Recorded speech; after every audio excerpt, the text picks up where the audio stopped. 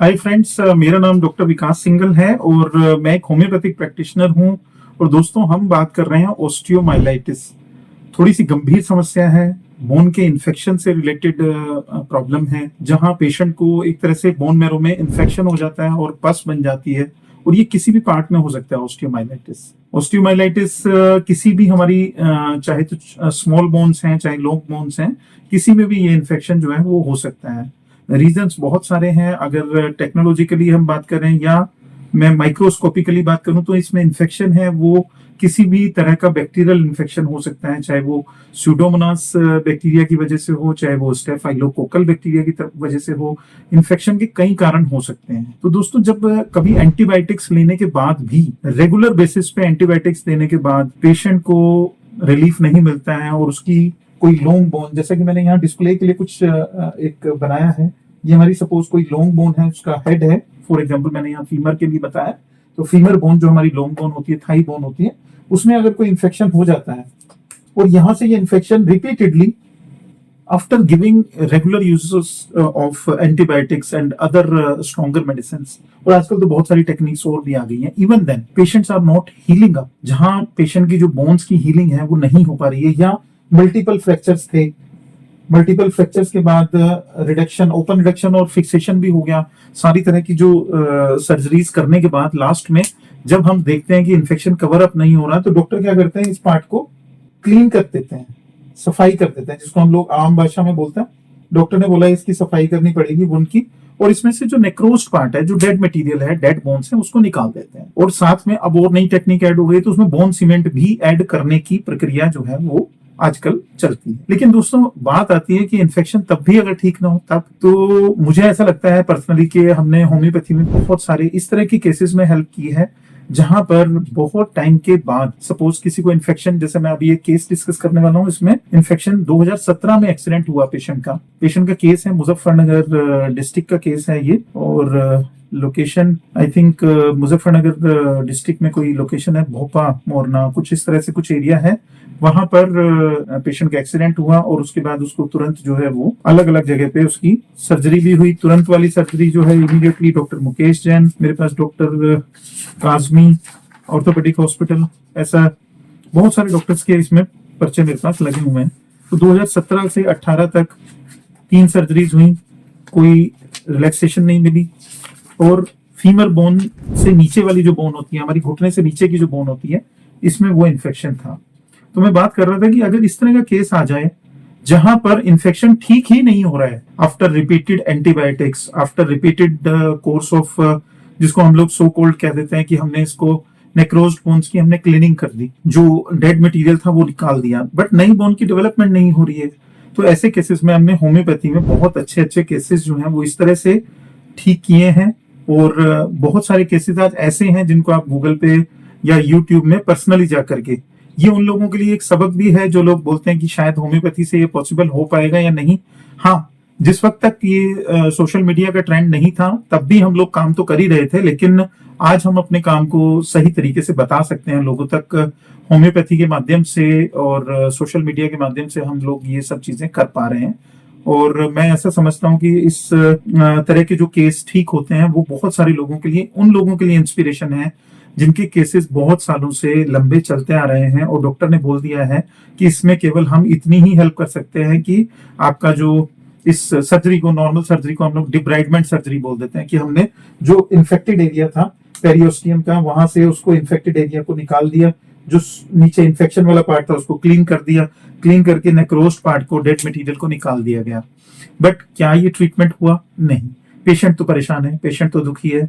और osteomyelitis word जब search करते हैं, इधर उधर बंदा ढूंढता है, गूगल करता है, तो मालूम पड़ता है कि बहुत सारी दुनिया इस बीमारी से सफर कर रही है। और हमारे पास जब पेशेंट पहुंचता है तो बहुत ही भयावह कंडीशन होती है। एक तो डर बहुत ज्यादा होता है कि एम्पुटेशन का डर रहता है कि कहीं ऐसा तो नहीं मेरा जो ये लेग है, या मेरी जो बाजू है जिसमें इन्फेक्शन है, या मेरी जो हैंड्स के फिंगर्स हैं उसमें अगर कोई इन्फेक्शन है तो उसको काट तो नहीं देंगे डॉक्टर। तो मोस्टली काटना भी पड़ जाता है अगर सही टाइम पर सही मेडिसिन उसको नहीं मिलती है पेशेंट को।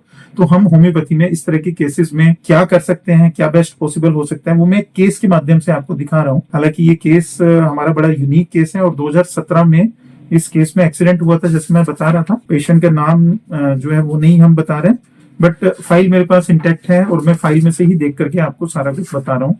और ये केस हमारे पास चलते हुए तकरीबन तकरीबन 5 साल ही हमारे पास केस चला। 2018 में हमारे पास आया ये। और मैं एक रिपोर्ट देख रहा हूँ, इसमें लगी है Muaz spine and joint replacement clinic, ये मेरठ का है पर्ची जो है।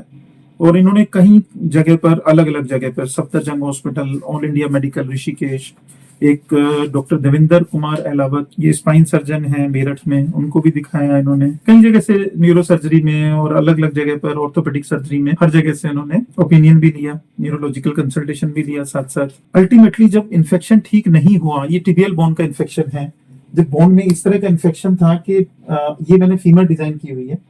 अगर इसी को हम टिबियल बोन के हिसाब से देखें तो टिबिया हमारा जो घुटना है, घुटने से नीचे की जो बोन होती है उसमें 2 बोन्स रहती हैं, tibia as well as fibula. तो जो हमारी लेग है उसमें फिबुला जो है वो बड़ी पतली सी एक बोन होती है, और टिबिया जो मेन है जिसके ऊपर पूरा का पूरा हमारी बॉडी का वेट भी बियर करना होता है उसने। तो टिबियल बोन का इन्फेक्शन था। थोड़ा सा इन्फेक्शन जो था वो पेटेला बोन यानी हमारे जो घुटना है उसके अंदर पेटेला बोन से भी इन्फेक्शन थी। हमने 2018 में इनका होम्योपैथिक ट्रीटमेंट शुरू किया। 5 साल इनको टोटल ट्रीटमेंट दिया गया। और जैसे जैसे ट्रीटमेंट शुरू हुआ तो मुझे याद है शुरुआत का जो MRI है, मैं उसकी रिपोर्ट आपको पढ़ के बता रहा हूँ।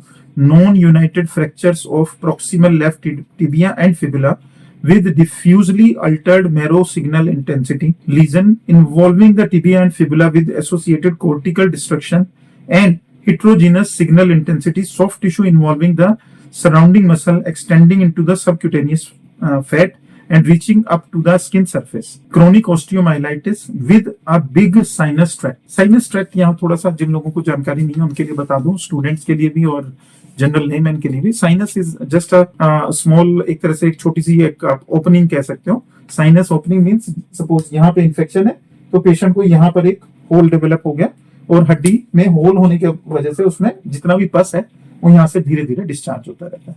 मोस्टली पेशेंट्स विद साइनस भी ऑस्टियोमाइलाइटिस में आपके पास आते हैं। तो ये केस का जो MRI की रिपोर्ट मैंने पढ़ी आपको 2018 की बताई है। और जैसे जैसे हमने ट्रीटमेंट किया पेशेंट का, उसके बाद 2020 में लॉकडाउन और ये सब प्रोसेस भी चलता रहा बीच में। और हमारे पास अब ये जो केस है उसके बाद चलते चलते 2024, अब 2024 में ये पेशेंट जो है वो पूरी तरह से ठीक है और हमने इसको 5 साल मेडिसिन दी। अभी 1 साल विदाउट मेडिसिन हमने रखा है इनको, और 1 साल में भी इनको जो इन्फेक्शन था वो पूरी तरह से कंट्रोल में है। और मैं कुछ रेफरेंस के लिए आपको कुछ पिक्स भी मैंने कुछ रखी हैं। कुछ लोग जो पर्सनली जानना चाहते होंगे इस केस के बारे में तो पर्सनली भी मिल पाएंगे मेरे से और पर्सनली देख भी सकते हैं। ये आई थिंक आपको शो हो रहा होगा। This was the initial status of the patient. अगर मैं बात करूं तो ये इस तरीके से कुछ हड्डी की जो कंडीशन थी वो कुछ इस तरह से थी, ये आप देख पा रहे हैं। और जैसे जैसे पेशेंट को रिलीफ हो गया और अब जो कंडीशन, अगर मैं इस हफ्ते की कंडीशन, अभी ये पेशेंट को हमने रीविजिट के लिए बुलाया था कि अभी कितना इन्फेक्शन है, कितना कंट्रोल है। तो this is the condition of patient at present, जो आज की कंडीशन है। इसको मैं थोड़ा सा और ब्रॉड व्यू आपको दिखाता हूँ। तो पेशेंट का जो पैर है वो पूरी तरह से लात जो है प्रॉपर चल रही है और एंकल जॉइंट के पास आप ध्यान से देख रहे होंगे हल्की सी सूजन है।